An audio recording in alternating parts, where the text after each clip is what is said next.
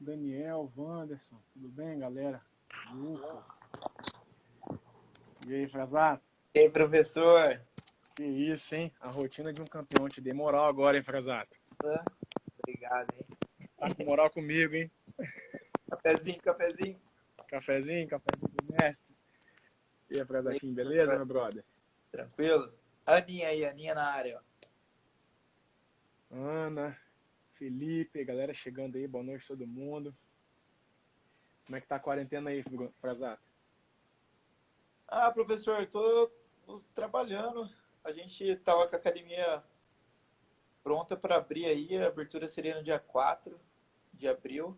A Já academia tá... aproveita então, já vamos fazer um merchandise aqui. Você tá abrindo uma academia, onde que fica? Qual é a previsão agora? Então, então, a gente tô abrindo aqui a Atos Atlanta aqui em Escobar Marieta. E seria no dia 4 de abril a abertura. E aí agora, por causa da quarentena, a gente semana passada teve um pronunciamento do governador aqui e ele liberou o estado para abrir a partir de segunda-feira agora, mas a gente vai estender mais uma semana aí, vendo assim, pensando, a gente está com várias estratégias assim de conseguir abrir num ambiente que seja mais safe possível, né? Uhum. Mas a gente vai abrir só, uma semana a gente vai fazer uma open house só para a galera ir conhecer a academia, pegar material. Aham. E aí a gente vai abrir na outra semana no dia 4 de maio. Mas com várias restrições, né? Vai ser com várias restrições. Aham. Mas pelo menos a gente vai poder abrir as portas. Vem sim, Aninha. Olha o Orlandinho aí, ó. O Orlandinho tá na área. Ó o Orlandinho aí. Quanto tempo, brother? Um abraço. Bom, Frazato, primeiramente, obrigado pela disponibilidade nesse Obrigado momento aí que a você, gente, professor. nesse Sou seu momento aí fã, pô. nesse momento aí das lives da quarentena, a gente sabe que a galera tá com o tempo corrido, muitos, obviamente, muitos estão com um pouco mais de tempo disponível, outros aproveitaram, né, assim como eu também, para desenvolver mais atividades. Enfim, eu sei que o tempo é bem complicado, você também tem família, mas, galera, já vamos mandando as perguntas aqui também. É, vai ter bastante pergunta aí para o Frazato. Vamos mandar aqui as perguntas no inbox, onde tem a interrogaçãozinha aqui, que eu vou mandar a pergunta, todos podem acompanhar, beleza? Então, Frazato, obrigado mesmo pela presença. Obrigado você, professor. Você é um cara que foi um colega de trabalho, né, anos atrás comigo na Fighters Camp, acabou virando um amigo pessoal, e por alguns momentos também tive a oportunidade de treinar você no Muay Thai, aquele Muay Thai Daniel Mendes. Nossa, aqui, né? Se não tiver E uniformizado, não participo. não, se não tiver o short Muay Thai Não. uniformizado, não participa. Camisetinha pra dentro, não participo. Olha o Não, Vasco aí. aí não. Tem que Grande estar tudo Vasco. Olha o Leozão, organizado. Leozão. Mas, enfim, a gente acabou, né, mantendo contato até hoje, graças a Deus, temos uma amizade bacana e eu tenho um prazer imenso de ter você aqui na live hoje para a gente conversar um pouco e passar um pouco de conhecimento, transmitir conhecimento para a galera nesse meu projeto que eu vim fazendo de propagar o conhecimento. Então, bom, para aqueles que não te conhecem ainda, que mais para frente também eles vão assistir no meu canal do YouTube, porque esse vídeo vai para o canal do YouTube. Conta resumidamente quem é o Frazato, por quanto tempo você treina jiu-jitsu, aonde você mora hoje em dia, né? Você é em Atlanta, na Geórgia. Mas conta um pouquinho aí, faz um resumo aí de 2 a 3 minutos para a galera se interagir também mais com você, beleza? Cara, eu comecei a treinar jiu-jitsu no finalzinho de 99, ano 2000, com o mestre Marcelo Ferreira, em Campinas, São Paulo. O motivo que eu comecei a treinar foi porque eu estava passando por um momento que eu tava tendo crise do pânico, né? Eu tinha sofrido síndrome do pânico. E o médico nosso da família uh, falou que seria melhor, assim, falou para os meus pais que seria melhor procurar um esporte que eu conseguisse, assim, gastar energia, né? E eu tinha um amigo meu, um grande amigo meu, que é amigo meu até hoje, o Mário, que ele já fazia jiu-jitsu lá no tênis clube, e Orlandinho Folgado. E, e aí, por esse motivo, ele já estava praticando. Ele falou, cara, vamos lá, vamos fazer jiu-jitsu e tal. E aí eu comecei a treinar lá, fui lá com ele algumas vezes. e, pô, me apaixonei pelo esporte. E, pô, logo depois de 3 meses, o Marcelão era uma pessoa que incentivava muito a competição, entendeu? Foi uma pessoa que me ensinou muito. E, cara, aí eu comecei a competir, comecei a deixar de lado terapia, medicação e, e foi isso. Aí porra, na faixa azul foi quando eu meio que decidi que eu queria viver disso, entendeu? Depois eu acho que no meu primeiro mundial na faixa azul, ainda juvenil, foi quando eu decidi que eu queria mesmo viver disso. E na faixa roxa eu decidi, assim, eu percebi que eu precisava de uma equipe com um suporte um pouco maior. E foi quando eu mudei pro Godoy Putose, né? Na época era Godoy Jiu-Jitsu, junto com o mestre Tosi, em Campinas. Por ele, assim, ter uma equipe grande em Campinas, eu não teria que estar viajando o tempo todo. E eu ainda tinha poderia ir para São Paulo, tá podendo ir para São Paulo treinar. E aí eu decidi ficar com ele. Ele me graduou a faixa preta.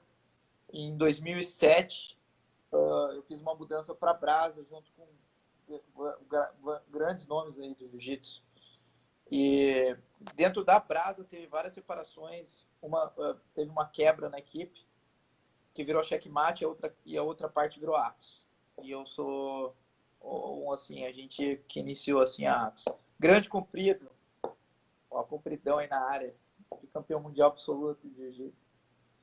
E foi isso a minha trajetória. E aí eu tô na Atos desde então, desde 2007, 2008, e quando a equipe foi fundada.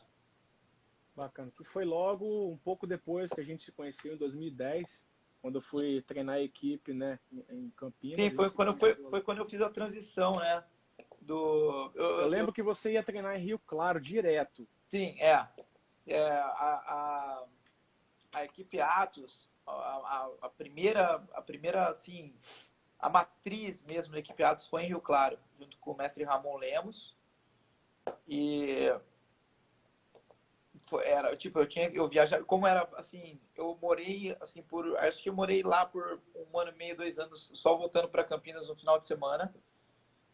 E aí, em 2010, eu comecei a tipo fazer bate-volta. Eu ia pela manhã, treinava de manhã à tarde, voltava à noite, entendeu? Para dar aula. Eu comecei a dar aula. Foi quando eu comecei a dar aula lá na Fighters, entendeu? Quando a gente se conheceu, né? Uhum. E foi quando eu tava fazendo uma transição para MMA também. Quando eu tava É, eu querendo lembro, a gente mudar. vai entrar nesse assunto aí também. Mas é bacana, o Frasato, a história com o que você diz que você entrou no jiu-jitsu, né? Hoje as pessoas, olha só que legal, as pessoas, né, que não te conhecem, não sabem da sua história, vê você como um grande ícone, um grande nome do jiu-jitsu, né? E você começou porque você estava sentindo, estava tendo, né, uma crise de pânico, uma síndrome do pânico. Você, em 1999, com quantos anos você estava, mais ou menos? 13 para 14. 13 anos de idade. Inclusive, a síndrome do pânico vai ser um dos temas de uma das lives para o próximo mês. Eu vou ter um atleta também falando sobre isso, que ele começou pelo Cara, mesmo motivo. eu acho que a síndrome quando as pessoas assim não botam muita fé, né? Acham que pô, é meio que assim, as pessoas não respeitam e é uma doença muito séria, né? É bem sério. Eu não conseguia nem tomar banho sozinho. Minha mãe com 13 anos me dava banho. Eu não conseguia descer o elevador. Eu não conhecia num campo de futebol, entendeu? Entendeu? O jiu-jitsu, assim, eu acho que ah, o jiu-jitsu foi que mudou completamente minha vida por inteiro, entendeu? Eu posso falar que o jiu-jitsu mudou minha vida por inteiro. O esporte me transformou por inteiro, Que entendeu? bacana esse depoimento. E realmente a gente consegue observar vários relatos ao redor do mundo sobre qual a importância e o quão grande o esporte tem esse potencial. E você, por esse, né, mesmo todos esses anos de amizade que eu tenho com você, eu não sabia dessa história. Bacana saber disso e também se conecta com o que eu vou conversar na próxima live, nas próximas semanas. Isso serve de exemplo de vida também. Quando eu digo de vida, eu não digo somente do que você conquistou na sua vida em termos esportivos, mas também como uma vitória na sua vida, que é o que você conquistou, né? Vencendo essa síndrome. Muito bacana, isso aí é um exemplo de vida.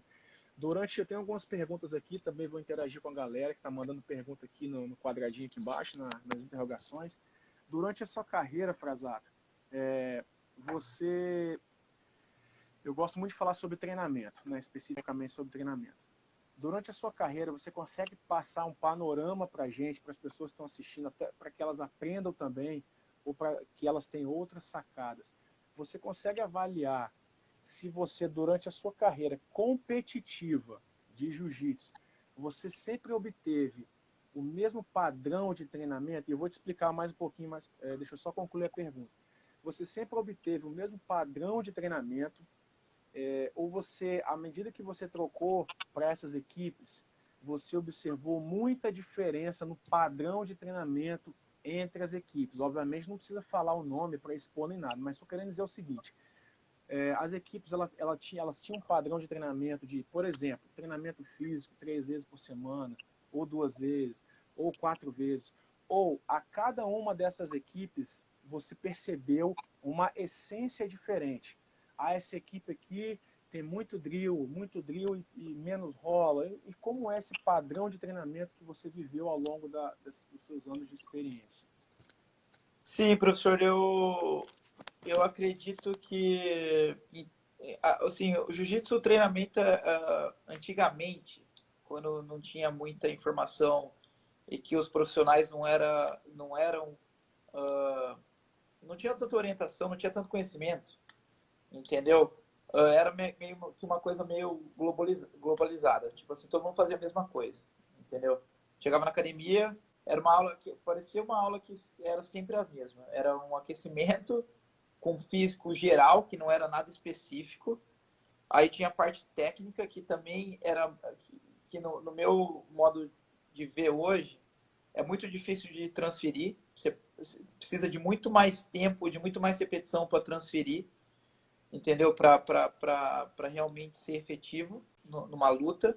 E tinha a parte de luta, entendeu? Que o, o treinador responsável, o professor responsável fala, hoje a gente vai fazer, sei lá, 6 rolas de 5 minutos, de 6 minutos, entendeu? Não tinha nada programado, não tinha periodização. Era praticamente sempre o mesmo treino, entendeu? Então, você se adaptava àquilo e para você evoluir era muito difícil, porque você sabe como funciona. A partir do momento que você está adaptado, para você passar para o próximo patamar é muito complicado. Você subir essa barra é muito mais difícil.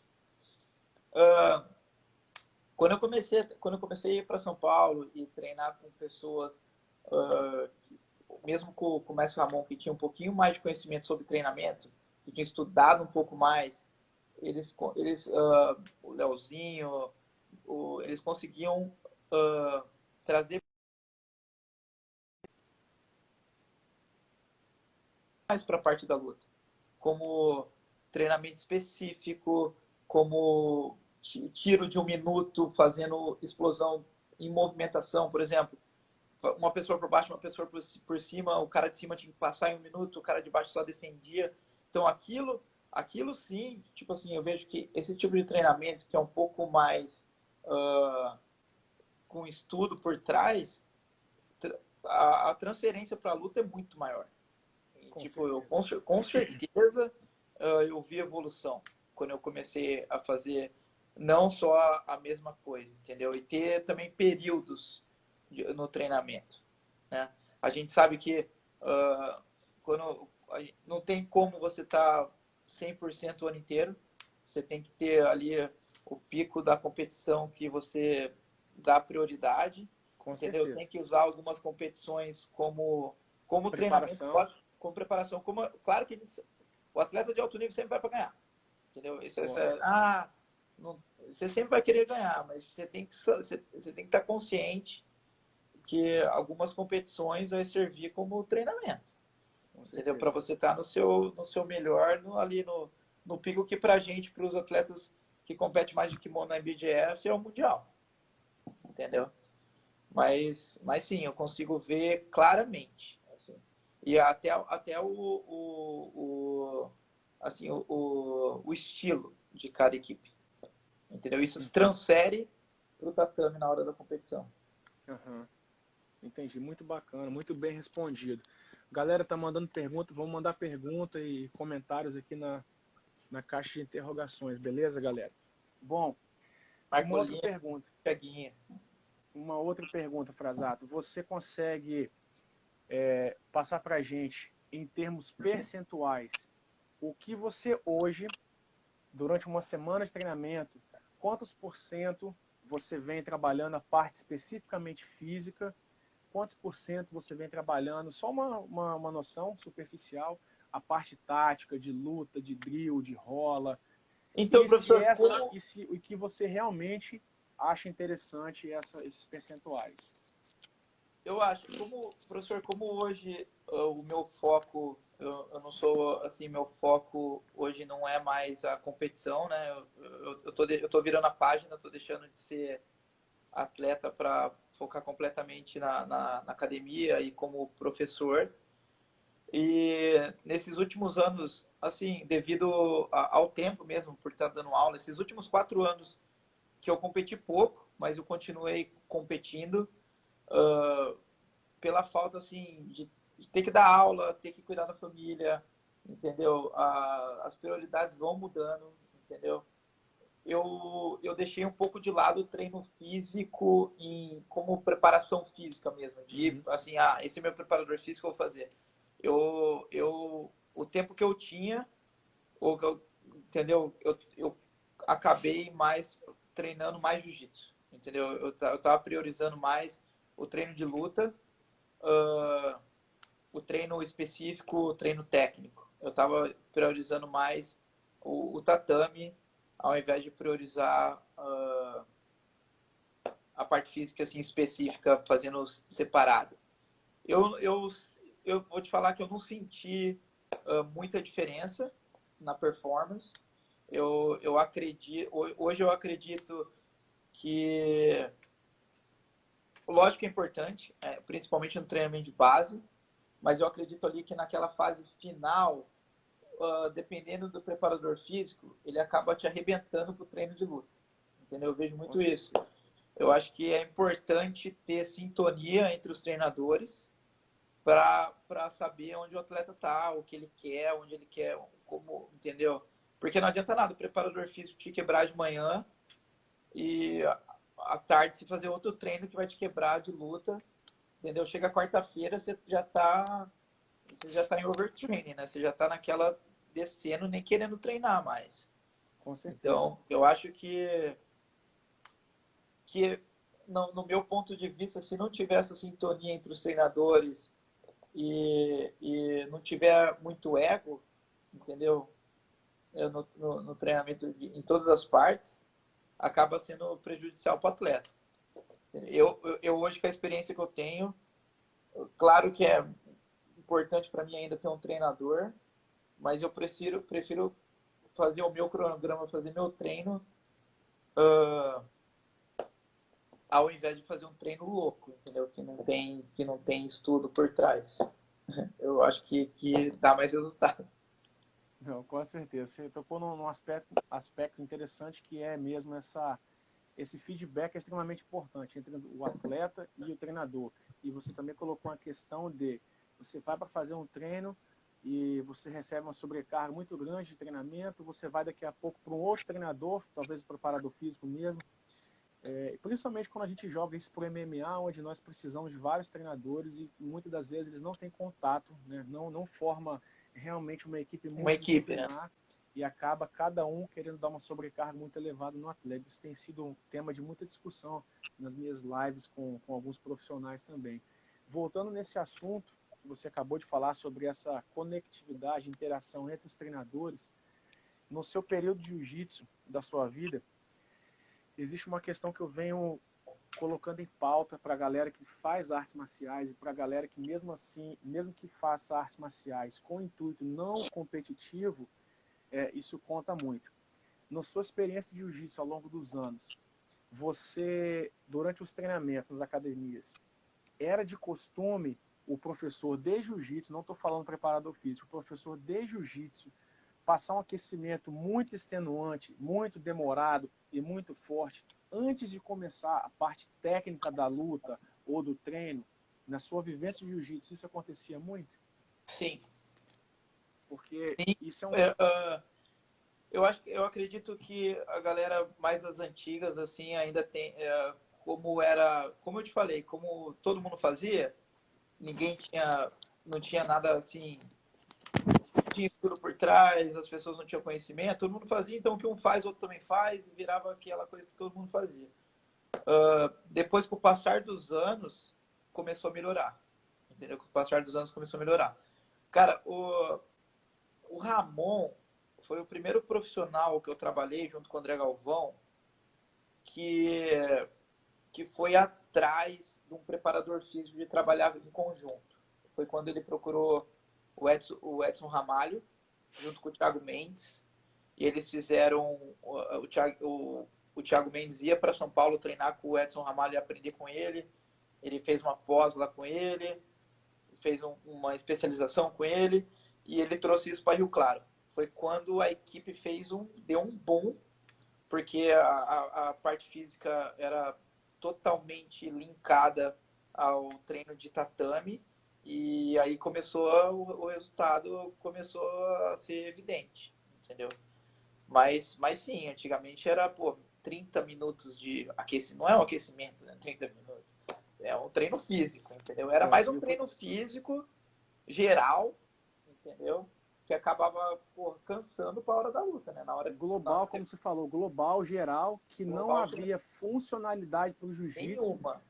Cara, esse é um tema, esse é um dos temas que eu quero dar uma aula, fazer uma coisa mais aberta na internet, no YouTube mesmo. Fala, Duzão. Porque até hoje eu ainda acompanho treinadores, entre aspas, matando o atleta antes do treino técnico. Brother, se você tem a intenção de passar um treino técnico estratégico, você não pode cansar, vamos falar uma palavra bem simples, cansar o seu atleta antes de começar o treino tático, o treino técnico. O treino, cara, de aquecimento é 15 minutos, 20 minutos.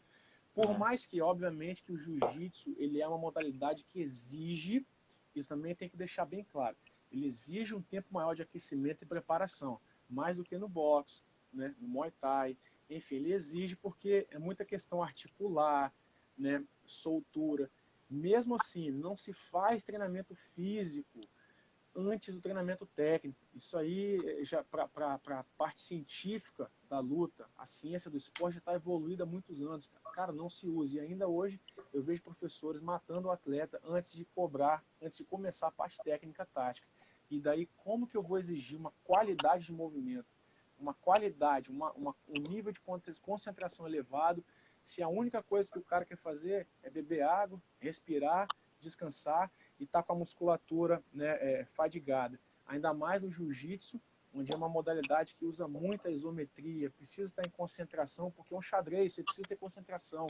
Então, cada segundo conta. Com certeza, em todas as modalidades isso é muito interessante. Quer fazer uma preparação física, ou aliás, um complemento físico, tem que fazer após a aula técnico-tática. Por quê? Porque você consegue dosar para cada atleta. Quando está numa aula coletiva de drill, é complicado. Então, a galera aí que ainda está um pouco, né, sem esse conhecimento, deixem para fazer a parte técnica primeiro, do que é extrapolar na parte física. O que eu faço, professor, assim, e tá dando bastante resultado, mesmo porque eu não tenho,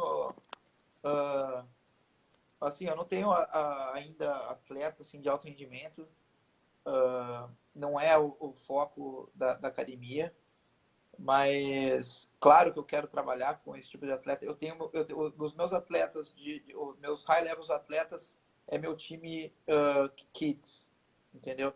É o que eu trabalho na base. A gente tem uma equipe muito forte de 8 a 13 anos, que tem vários campeões a gente fez esse ano, a gente levou para a competição mais importante aqui na Califórnia, que é o Pan Kids, que é como se fosse um mundial de criança.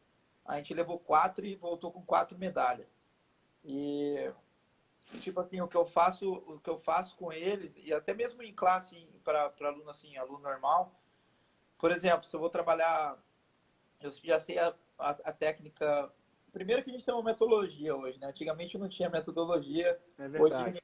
hoje a gente tem metodologia, fica muito mais fácil, a gente consegue ver, assim, a gente abre assim o schedule, a gente consegue ver onde a gente está, o que, que a gente tem que fazer, é muito mais fácil você montar a aula. Antigamente o professor chegava na aula, aí ele pensava, pô, hoje eu tô a fim de mostrar, pô, sei lá, uma técnica por cima. Ele mostrava uma técnica por cima. Aí depois ele chegava e falava assim, agora eu vou mostrar o estrangulamento nas costas. As posições não se linkava, não tinha conexão, é muito mais difícil o aprendizado. Quer dizer, não tem aprendizado, né? O cara aprende sendo casca grossa. Era isso que ficava nas academias antigamente. Só quem era casca grossa. Então hoje eu vejo que, que o tempo que o cara demora na minha aula ou numa aula em uma equipe que tem a metodologia, aquele tempo que ele demoraria 1 ano para aprender aquele número de técnica, em 3 meses ele aprende, porque tem metodologia. O que E eu com faço poder de fixação maior. muito maior, muito maior. Eu não perco tempo. O meu aquecimento geral é de 7 a 10 minutos. E depois eu já passo para um drills com um pouquinho mais de velocidade em alguma coisa que a gente vai trabalhar na aula. Entendeu? E o drill já é uma finalização também, você começar fazendo o drill do aquecimento. Você já sim, sim. Eu faço um aquecimento geral muito rápido, um drills específico, porque a gente vai ser trabalhado com não tanta vertente técnica. É só, tipo assim, para movimentar, aquecer e dar um atendimento do que a gente vai fazer, e aí eu entro na aula. E depois da parte técnica, eu entro normalmente numa parte específica daquilo que a gente trabalhou, porque a maioria dos lutadores, o que eu vejo, eles não. Muita gente, se a gente faz só luta normal, a gente faz, como a gente fala, o rola, só comprimento e vai, eles sempre vão buscar a zona de conforto, eles vão procurar evoluir em cima daquilo. Então, é muito mais difícil a transferência. Por exemplo, se a gente está trabalhando uma técnica de defesa, se um cara, por exemplo, se eu me colocar numa situação, num tatame com 30 pessoas, quantas pessoas vão chegar nas minhas costas? Agora, eu começando naquela situação, me obriga a trabalhar a técnica, entendeu? Então, o atleta consegue evoluir no live ali, sentindo na real, não só na parte técnica, o parceiro deixando, entendeu? É o que transfere realmente para a luta. Então, hoje eu perco menos tempo fazendo a parte técnica parado ali, aquela parte técnica que não é tão dinâmico, e eu prefiro esse treino mais dinâmico, fazendo a parte mais específica. Com certeza. E as pessoas também devem se atentar que, geralmente, a grande maioria das modalidades de luta, o fato de você já estar treinando, estar no rola, estar no sparring, estar no frente a frente ali no combate, já é condicionante. Você já está trabalhando da forma mais específica possível, da forma mais real possível, o condicionamento, a pegada, a isometria, a explosão, porque ali está no live, brother, está no sparring, está no rola. Já é condicionante. Aí o que acontece? Vamos voltar um pouquinho na nossa fala que a gente teve 5 minutos atrás. Não tem sentido você botar o cara ali para fazer. Eu vou chutar um número aqui, até porque eu vou chutar com um pouco de certeza, porque esse número já é um número exacerbado. Não adianta botar o cara para fazer, irmão, 100 flexões no começo do treino, porque vai matar toda a cadeia superior de força, né, do seu praticante ali. Quando o cara precisar disso no rola, ele não vai ter. Eu vi alguns comentários aqui bem interessantes, vamos interagir um pouquinho com a galera aqui. A Bruna Ribeiro, ela comentou um negócio interessante que eu até falei em algumas lives 2 semanas atrás. A Bruna Ribeiro falou que são exigências distintas, né? O físico antes do técnico, da luta. Aumenta a chance de lesão. Justamente, Bruno, bacana seu comentário. A gente também comentou isso em uma live 2 semanas atrás. Né, a gente conversando, eu também esqueci de falar esse detalhe. Você fazer o físico exacerbado antes da parte técnica, você vai aumentar o nível de lesão, o risco de lesão, perdão, o risco de lesão daquele seu atleta. Né? Então, muito interessante seu comentário. A Bruninha é uma grande profissional, trabalhou com a gente também na ATS, ela tem a academia dela hoje. É uma grande profissional, formada em educação física também, faixa preta de jiu-jitsu, alto nível. Grande profissional. Bacana. O Preparo Underline Combat, que falou também, principalmente em academias pequenas, entre aspas, isso é muito evidente, muito esforço desprendido em vão, verdade. E a gente acaba fazendo uma correlação entre academias pequenas, né? Talvez eu não possa afirmar no grande número, mas se a academia é muito pequena, é muito de bairro, muitas das vezes o professor não tem orientação, né, de educação física, ou orientação um pouco mais aprofundada no que é a ciência do esporte, isso acaba refletindo, né, também nesse ensino, principalmente em relação à parte física, né, com Concordo. certeza. Não, tem uma pergunta Valeu, aqui, Guru. deixa eu abrir aqui. Tem perguntas aqui para você. Vai. O Felipe BJJ perguntou aí, Frazatinho, olha aí, ó. O que muda nas classes depois do coronavírus? Boa pergunta, Felipe. O Felipe, então, aqui nos Estados Unidos, o que acontece é que os estados têm, assim, a própria lei, né? O governador, ele colocou... It's a Charlie. How's it going, buddy? Ele colocou o que precisa ser feito para atender o público e a gente, claro que a gente vai respeitar.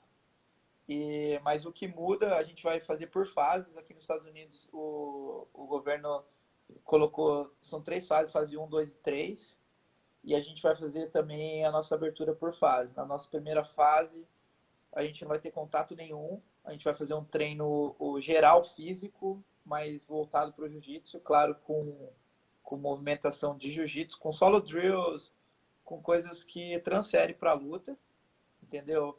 A gente vai criar essa estratégia de usar o tempo, assim, em geral da luta, e fazendo movimentações e a parte física, entendeu? Vai ser como se fosse uma base de um treinamento, entendeu? Isso que a gente vai fazer nessa primeira fase. Na segunda fase, a gente vai ter um treino técnico de não tão contato, não vai ter luta ainda. A gente vai fazer um treino mais de drills, mais dinâmico, com parceiro já, mas não a parte técnica, aquela parte que você fica muito tempo com o parceiro. A gente vai, a estratégia que a gente criou, cada aluno vai treinar, vai ser um grupo de 3, a gente vai montar um grupo com 3 pessoas, e esse grupo vai treinar o mês todo em conjunto. Eles não vão trocar os parceiros. Então, por exemplo, se aquele cara não puder ir na aula, ele vai, entendeu? Então a gente vai fazer um grupo de 3, a gente vai separar o tatame a cada 6 feet vai ser um grupo, Muito que bacana. foi o recomendado do tatame. E só na fase 3 que a gente vai, assim, se tudo der certo até lá, né? Que as coisas estão mudando muito rápido, a gente não sabe o que vai acontecer, na verdade. Mas na fase 3, quando a gente vai começar a voltar assim, para os sparrings, para as aulas assim, normais, se dizendo. Bacana, tá cheio de pergunta aqui. O professor Daniel Lira também falou um negócio bem interessante. Ele comentou, voltando um pouquinho à questão do treinamento físico e técnico, tático, ele realmente falou que a prioridade vem primeiro. E isso me abriu, né, um pensamento aqui de que realmente isso que ele falou, porque o contrário também pode acontecer. A sessão de treino ela pode ser física, o treino hoje é físico, mas também eu quero jogar alguns drills, algumas correções, já que a gente vai fazer um trabalho físico, ok? Mas eu preciso corrigir uma movimentação sua, uma entrada de queda, ok? No final desse circuito, ou dessa parte física, você vai repetir aqui algumas vezes esse aspecto técnico, né, que você está com dificuldade de corrigir, enfim. Então, esse comentário do professor Daniel Lira foi muito pertinente, muito bacana, porque realmente depende da prioridade. Sim. Eu não estou dizendo que não se podem fazer juntos os treinos. Sim. A prioridade vem primeiro e com inteligência você pode complementar o treino depois. Ele fez outra pergunta também, já emendando. Grande papo. Qual a sua opinião, Frazato? Muito boa pergunta dele aqui também. Qual a sua opinião se devemos treinar com maior ênfase nas deficiências ou nas potencialidades do atleta? Qual a sua opinião? Depende. Eu acho que depende da fase. Se é um atleta de alta performance, depende da fase. Perto da competição, no que ele faz melhor, e na fase de base, os defeitos. Eu acho que isso é claro para mim. Eu acho que perto da competição, a gente tem que potencializar o que ele faz de melhor. E quando ele está naquela fase do treinamento que ele está na base ali, buscando evolução técnica, aí sim as deficiências. Claro que isso trabalha em conjunto, no modo geral, Mas o foco, na minha opinião, na fase de competição, na hora que ele tem que estar ali na ponta dos cascos, tem que ser assim, no que ele faz de melhor. Fala, Muito bem professor Beto, respondido. qual é a Muito sua bem opinião, professor, respondido. nisso? Eu concordo com você. E foi exatamente o que você falou. Na base, quando, por exemplo, não temos uma luta marcada, nem um adversário, né, em mente, um adversário já agendado ali para enfrentar, a gente tem que corrigir as deficiências e, quando está chegando, realmente aumentar as potencialidades. E eu faço até um paralelo, um rápido. Vou pegar uma pessoa-chave aqui e vou jogar para o mundo até do MMA, para que todos consigam ter uma visão geral. A Ronda Rousey. E ela finalizou muito com o armlock, Sim, certo? Era a especialidade dela. E, meu irmão, ela entrava para fazer isso. Era a é, potencialidade dela. era. E ela precisava Ela evoluir fazia. muito em outros aspectos. E assim como a Ronda, eu coloquei bem assim, joguei para vocês, porque o percentual de vitórias dela Sim, vindo através de um único, né, único golpe, é. um único golpe é muito grande, então, para que a visualização fique melhor para todos. Então, realmente era a potencialidade dela. Sim. Eu costumo falar, quando eu estou treinando alguém próximo de competição e os caras querem treinar alguma coisa diferente, eu falei, brother, isso aí a gente vai aprender depois da sua luta, Sim. né? Porque é corrigir as A deficiências. gente sabe que camp é camp, né, professor? É, Colocar assim, a gente coloca uma ferramentinha nova ali, uma ou outra, mas ali tem que dar prioridade no que ele faz melhor, deixar afiado, deixar no tempo, porque o tempo de execução é outra coisa do treinamento que muita gente não se liga e que é super importante, né? com Entendeu? Deixar certeza. aqui o atleta assim, se ele pensou para fazer, já passou, né? É, Assim, a fração de segundo ali conta muito. verdade.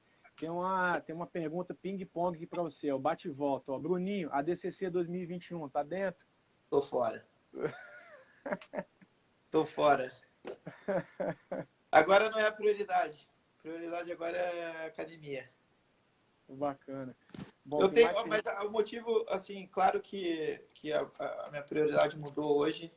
Uh, essa minha equipe de kids aí, eu quero continuar esse trabalho que a gente está fazendo já faz algum tempo, porque eu acredito muito no potencial deles. Eu acho que essa nova geração do jiu-jitsu está vindo com uma parte técnica e mental incrível. Os profissionais que trabalham hoje nessa geração são muito melhores, assim, no meu ponto de vista, são muito melhores preparados, não assim no geral, assim, eu acho que são mais preparados, tem mais informação hoje. As pessoas tiveram que buscar essa evolução, senão ficava para trás, entendeu? Quem não estuda hoje, quem não busca, entendeu? Não se enquadra hoje mais no, na modalidade.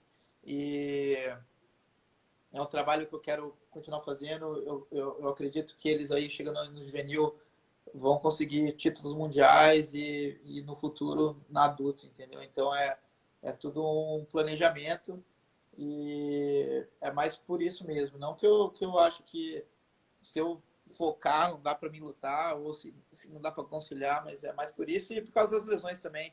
Eu tenho algumas lesões que já vem me trazendo por algum tempo aí, pelo excesso de treino, por não ter o cuidado que deveria ter tido quando machuquei, mas é mais por isso. Legal, legal. Seu comentário. Só para fechar aqui, o comentário do professor Daniel Lira, porque foi realmente uma pergunta muito boa. Ele fez a finalização. Uhum. Ele disse: perfeito. A minha experiência mostra que as lesões ocorrem exatamente neste período final do camp, ao treinar as deficiências. Não sei se foi uma coincidência comigo, mas é o que tenho visto. E aí eu complemento, muito bacana a sua finalização, Daniel, e eu complemento que pensamento rápido que veio aqui na minha cabeça. Se você está treinando as deficiências no final do camp, ou seja, quais poderiam ser as deficiências? Os dois aspectos, ou físico ou técnico-tático. Né? Ou o movimento não está legal, ou a parte física também, muitas das vezes, pode ser uma deficiência. Se já está no período final do camp, que, teoricamente, a sobrecarga de treino também está alta em termos de intensidade, Fora corte de peso. corte de peso, e você trabalha aonde você, tentando extrapolar, tentando forçar e supercompensar aquilo que está fraco, aquilo que está errado, de certa forma, o movimento que não está totalmente corrigido, isso acaba aumentando o risco de lesão. Bom, tá chovendo de pergunta aqui, vamos tentar ser bem rápido, Frasato. Tá. Vamos lá, mais uma pergunta aqui. Da Teca Torres Jiu-Jitsu. Como Teca. você acha que vai ser após a pandemia? Competidores estarão preparados para a volta imediata? Competidores. Eu acho que esse ano não vai ter competições de jiu-jitsu. Eu acho que pelo menos a IBJJF, que é o principal órgão aí, não vai realizar competições. Eu acho que esse ano, por vários motivos, eu acho que o mundo vai ser diferente após assim essa pandemia. Vai ter um tempo que as pessoas vão ter que entrar nessa nova realidade, e eu não acredito que vai ter competições, e mesmo porque eu acho que os atletas não vão ter na ponta dos cascos para a sua melhor performance, né? Mesmo legal. Porque as pessoas estão treinando clandestino, né? Todo mundo treinando meio que legal. Assim. Estão treinando com boneco, com travesseiro dentro. Tá meio. Pokémon. Grande Fabinho. Fala aí, legal, Vasco. O Vasco legal, tá no clandestino, que eu tô sabendo. Oi? O Vasco aí, ó, tô sabendo que tá no clandestino. Frasato. O Igor também, acabou de fazer um treino clandestino que eu vi, hein, Igor? Aproveitando a sua fala, você falou uma frase muito interessante. O mundo, você falou algo relacionado ao mundo mudou, o mundo vai mudar. Pegando esse gancho e até transferindo também para a minha modalidade. Fala, Ricardinho Oliveira, a minha modalidade, que é o Muay Thai e também um pouco de boxe. Uhum. O que você acha do ensino do jiu-jitsu online? Isso me surgiu agora devido à sua fala, que, né, o mundo vai mudar e esse ano as pessoas treinando jiu-jitsu e competindo não vão estar tão mais conectadas, porque acho que ainda vai demorar um pouco mais esse processo de volta. Então, qual a sua visão? Que eu vejo que muitos criticam, muitos são a favor do ensino, não só do jiu-jitsu, mas eu estou falando do jiu-jitsu porque você é especialista nisso, online. Eu sou a favor. Eu acho que como em qualquer ramo tem profissionais que fazem um bom trabalho, tem profissionais que fazem um trabalho ruim. Eu acho que se você saber diferenciar o trabalho bom do trabalho ruim, se você tiver uma experiência, ou se você não tiver a buscar o conhecimento de alguém que tenha, eu acho bem válido. E eu falo isso por experiência própria. Eu sou um cara que estudo até hoje, vejo muita coisa online, tem muita coisa boa para se aproveitar, aprendo muito online, e eu não sou nem um pouco contra. Bacana. Eu acho que tem que ser, eu acho que tem que a pessoa que busca tem que ter um mínimo de experiência para saber o que é bom e ruim. Porque do mesmo jeito que vai trazer benefício, pode trazer malefício se for um material ruim. E até porque, muito bem respondido, eu também sou a favor, e até porque deve ser levado em consideração qual o intuito dessa pessoa que está comprando um treinamento online. Sim. Muitas das vezes é o pai que quer treinar com a filha. Sim. Né? O marido quer treinar com a esposa. Sim. Pode ser uma coisa familiar. Tem que ser, não precisa o cara querer ser um campeão mundial. Sim, né? Tem que ser direcionado. Com certeza. Tem que ser direcionado como qualquer outra coisa. Ó. Com certeza. Tem uma pergunta aqui legal do Fernando Braulio. Ele pergunta se existe uma posição boa para cada situação é o suficiente para chegar longe? Não. Então, eu acho que no mínimo 3. Porque o que acontece na luta, eu acho que o que não pode acontecer na luta é aquela hora que você congela e você não tem resposta. Por exemplo, você está pensando em fazer uma posição, o cara mudou uma coisinha ali, você não tem resposta para aquilo. Aquele tempo que você congela já é o suficiente do cara estar te atacando e você já está numa posição ruim. E eu acho que no nível... ou se o cara tem um nível melhor que o seu, ou se você está no mesmo nível, se o cara passa um step e você não acompanha, acabou a luta. Se você deixar um cara bom passar 2 steps na sua frente, acabou a luta. Você não recupera. A não ser que ele cometa um erro muito grave. Eu acho que Eu acho que Outra 3. pergunta aí. Frazato, vamos responder rápido. Tá chovendo de pergunta. Pô, tô bastante feliz com a interação da galera. Vamos responder ping-pong aí. Frazato, Tá. Frazato disse que trabalha mais com crianças. Como ele aborda o lúdico sem perder o técnico? Muito boa pergunta, Beethoven. Uh, Cara, eu aprendi assim, tomando porrada mesmo na aula, porque eu não, o grupo que eu trabalho, como é um grupo, eu não faço o trabalho de. Porque na nossa academia tem um grupo de 3 a 5 anos, que é totalmente lúdico, é mais coordenação motora, movimentos do jiu-jitsu ali, mas bem básico, é mais focado no movimento, tem, a parte técnica é mínima.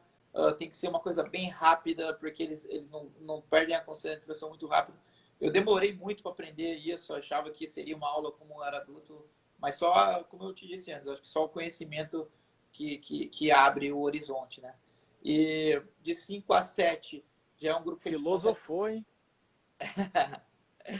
De 5 a 7 já é um grupo que a gente consegue trabalhar um pouco mais a parte técnica, mas ainda assim é lúdico, mas o que eu cuido na minha academia é o treino de competição. Então já são crianças preparadas, então não tem muito trabalho lúdico. O que eu percebi no meu time de competição, que eu acho que é uma experiência legal para trazer para a galera, quando eu vejo que eles estão fazendo errado, eu não corrijo muito, eu não paro muito, eu deixo eles fazerem. Por exemplo, se cada um vai fazer de 3 a 5 minutos, eu vejo que tem um erro que não é um erro que vai fazer muita diferença na hora da luta, eu deixo eles fazendo, e na hora que passa daquele terceiro minuto, eles já estão fazendo correto. Se é uma falha do grupo geral, que eu estou vendo que está todo mundo fazendo a mesma coisa errada, eu paro e corrijo de novo. Eu tento parar menos a aula para não ser tão, assim, numa palavra fácil de entender, chato, entendeu? E deixo eles correrem mais e eu estou vendo muito resultado com isso. A aula corre muito melhor, é muito mais dinâmico e essa galera precisa ser dinâmica. Eu acho que aquela aula que é born para essa fase é muito ruim. Eu vejo muita aula que o aluno perde o interesse porque a aula não é dinâmica. Entendeu? O erro não está no aluno, está no professor. Show, muito bem respondido. Ping-pong, hein, Frazato? Rápido, essa aqui. Haverá Não uma. consigo ser rápido, né? Essa aqui, ó. Você vai lançar plataforma online? Sim. A gente está desenvolvendo.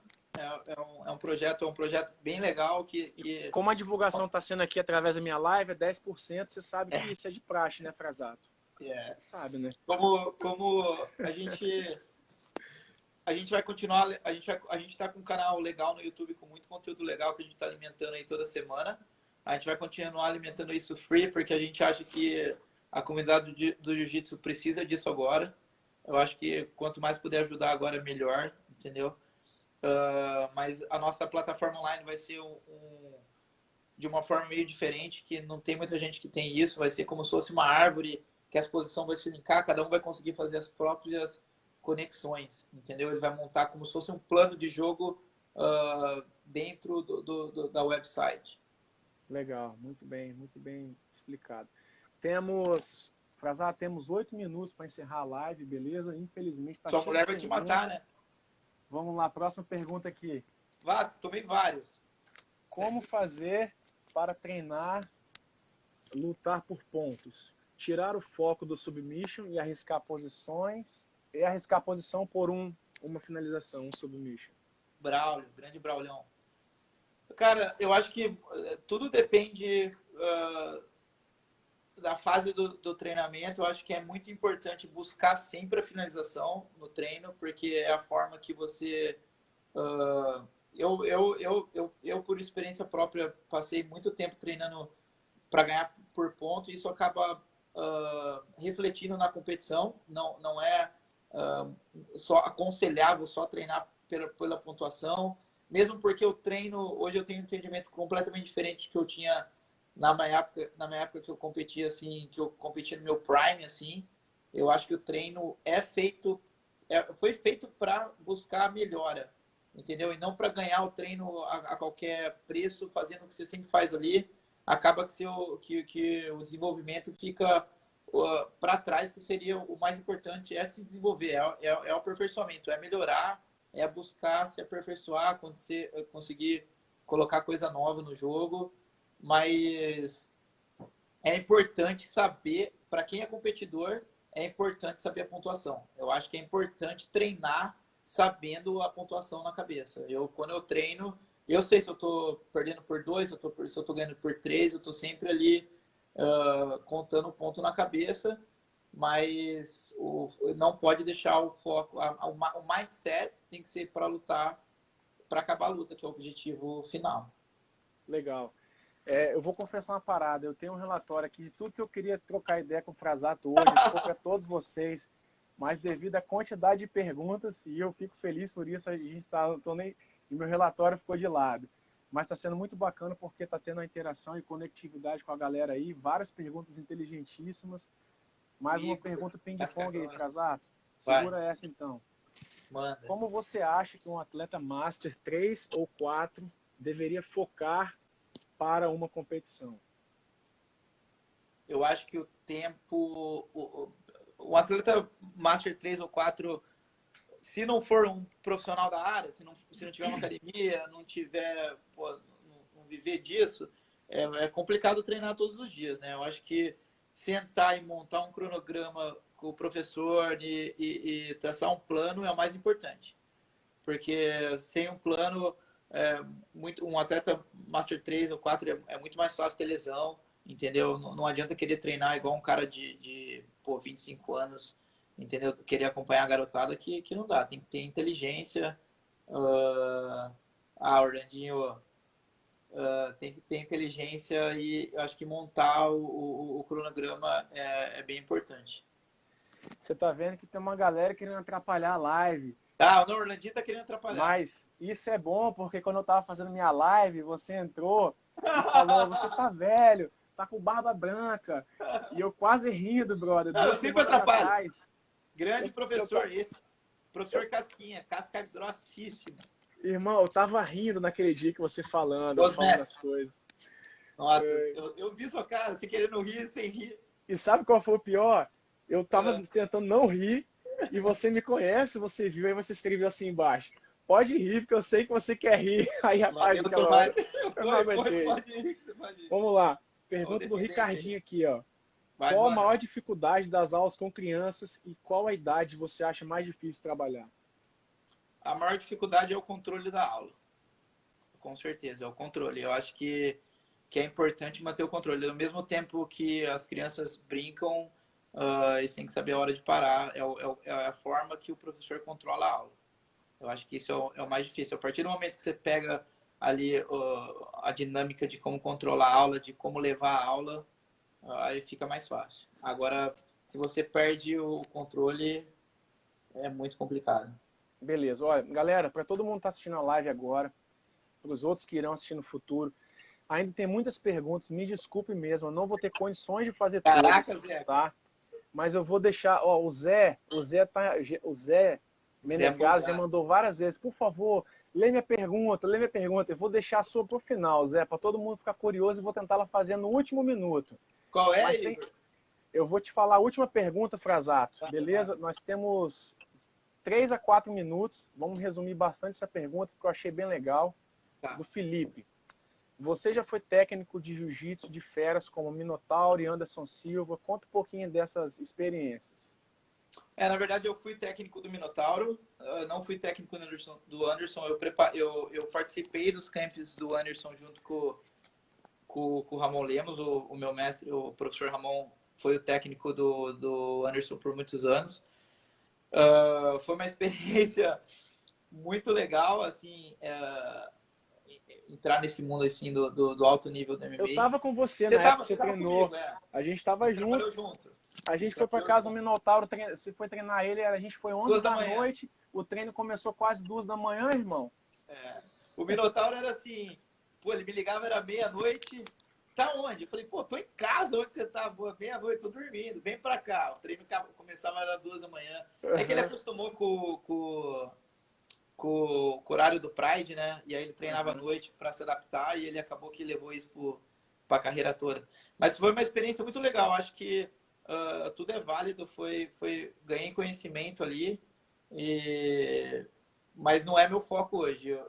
Eu tô totalmente afastado do MMA, não tenho vontade, assim, nenhuma hoje de trabalhar com um atleta de MMA.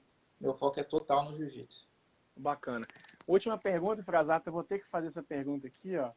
Manda. Aqui, ó. Fala, Rafa. O Defendente, Zé tá cafezinho. perguntando. Não, não dá para aturar o Fábio.